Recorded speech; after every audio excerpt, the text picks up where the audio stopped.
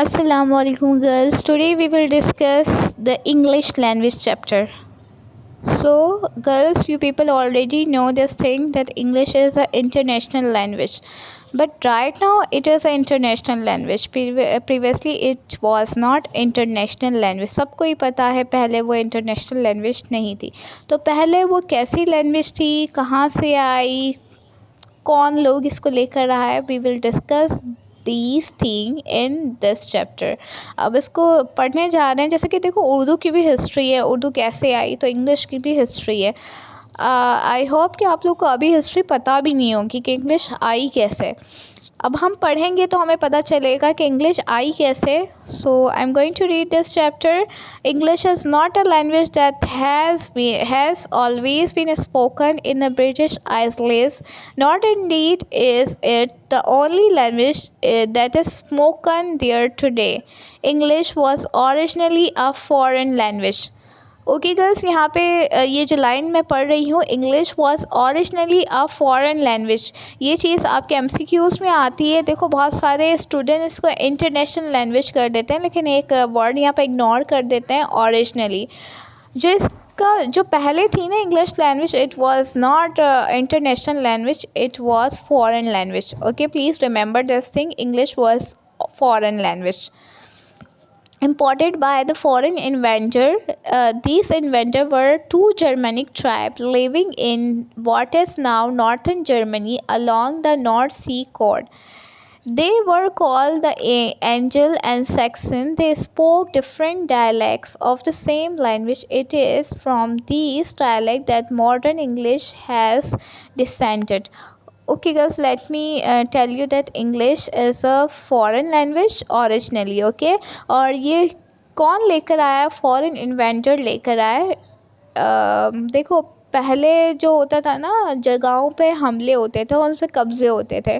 तो to Germanic tribe जिसका नाम है एंजल ऑफ सैक्सन्स. मैं आपको यहाँ पर पॉइंट आउट कर देती हूँ. यहाँ पे देखिए, एंजल और सैक्सन, ये टू जर्मनिक ट्राइब्स हैं जो कि कहाँ आए? इंग्लैंड में आए.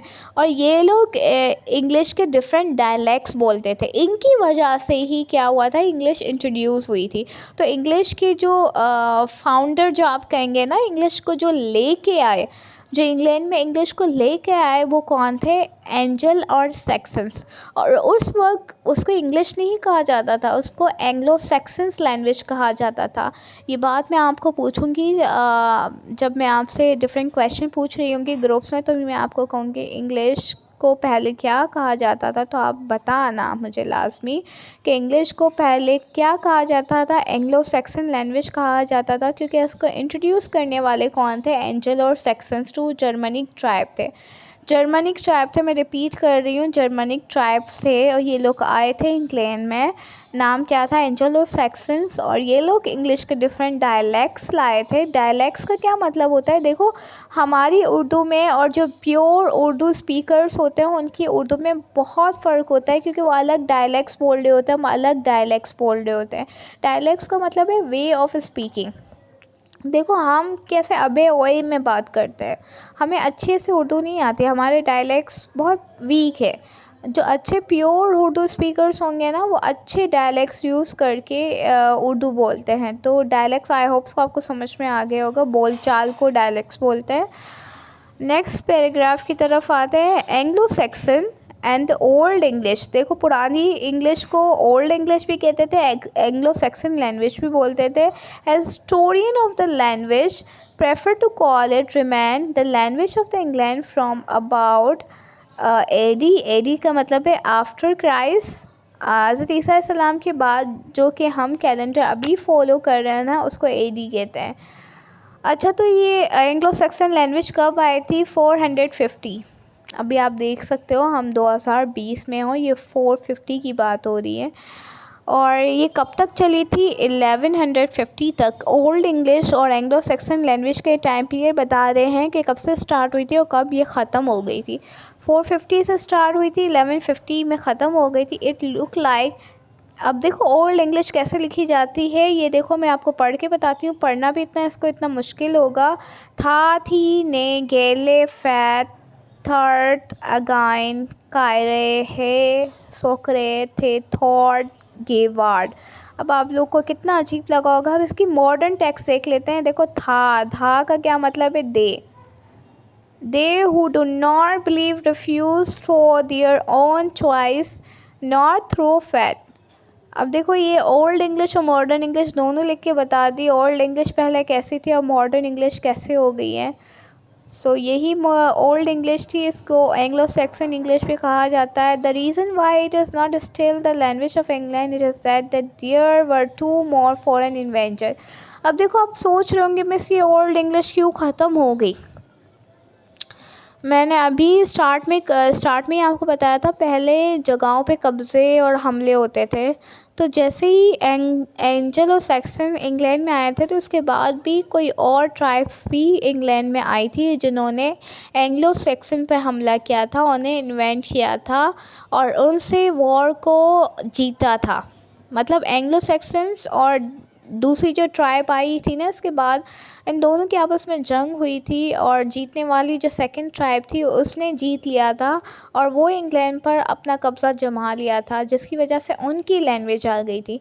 अब वो सेकंड ट्राइब कौन थी मैं इंट्रोड्यूस करने जा रही हूँ। सेकंड ट्राइब जो कि इंग्लैंड में आई थी is that then there were two more foreign invention of the island by the people speaking different tongue.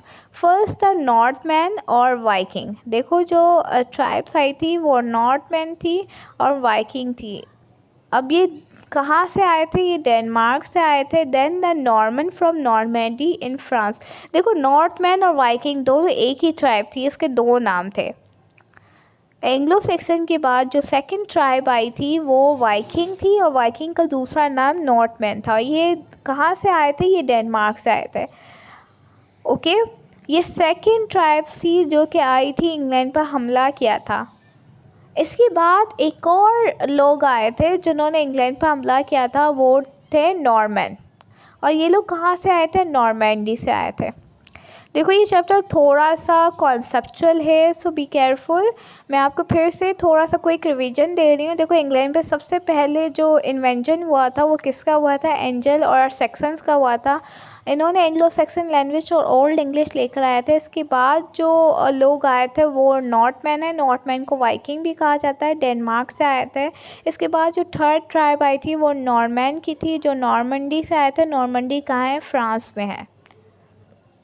Okay, इसके बाद से ओल्ड इंग्लिश ख़त्म हो गई थी। अब ओल्ड इंग्लिश ख़त्म हुई तो कौन सी लैंग्वेज आए, ज़रा देखते हैं। The result of this further invention particularly the second by the French speaking. अब ये जो नॉर्थमैन थे या आप इसको नॉर्मन कहें या नॉर्मंडी से जो आने वाले लोग थे, ये लोग क्या बोलते थे, ये फ्रेंच स्पीकर थे। देखो फ्रेंच एक अलग लैंग्वेज है। अब देखो गर्ल्स, हम पाकिस्तान में रहते हैं, वी पीपल स्पीक उर्दू। अगर चाइनीज़ लोग यहाँ पे रहते हैं तो वो हमारी उर्दू पर हावी होगी, चाइनीज़ ज़बान। अब चाइनीज़ ज़बान हम पे हावी होगी तो चाइनीज़ और उर्दू का मिक्सचर बन जाएगी और मिक्सचर बन के कोई और लैंग्वेज सामने आएगी, ऐसा ही होगा।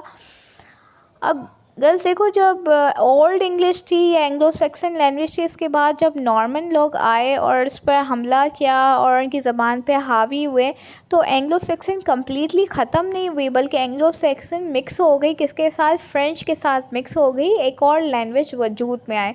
वो लैंग्वेज कौन सी थी ज़रा देखते हैं। पहले तो हम देखते हैं ये नॉर्मन कब आए थे। ये लोग आए थे 1066 में आए थे। was to modify English very considerably, turn it to be the course of the next 3 century into the compound language which we know a Middle English। अब देखो गर्ल्स, ये जो सेकंड लैंग्वेज जो बन गई थी, दोनों का मिक्सचर बन के जो लैंग्वेज बनी थी ना, उसको हम कहते थे middle English. Middle English mixture थी किसका, ओल्ड इंग्लिश का और फ्रेंच का। ये दोनों लैंग्वेज मिल के क्या बनाई थी, मिडल इंग्लिश बनाई थी। Middle English was spoken in a diversity of regional dialects, indeed a colloquial language in many regions of England। अब जो ये मिडल इंग्लिश थी ना, बहुत ज़्यादा फ्लॉरिश हुई थी, ये इंग्लैंड के बहुत सारे इलाकों में बोली जाती थी. Still has mark regional characteristic which descending from the Middle English dialect spoken there. However, the written English of literature, journalism, public affair, and commerce has for centuries been almost uniform. An Englishman in speech will often tell you where he was born and brought up, but he is well educated. His writing really well. All the English in his book is that called standardized English, which is free from local peculiarities. Standard English descends from the dialect of Middle English, usually known as a late London dialect.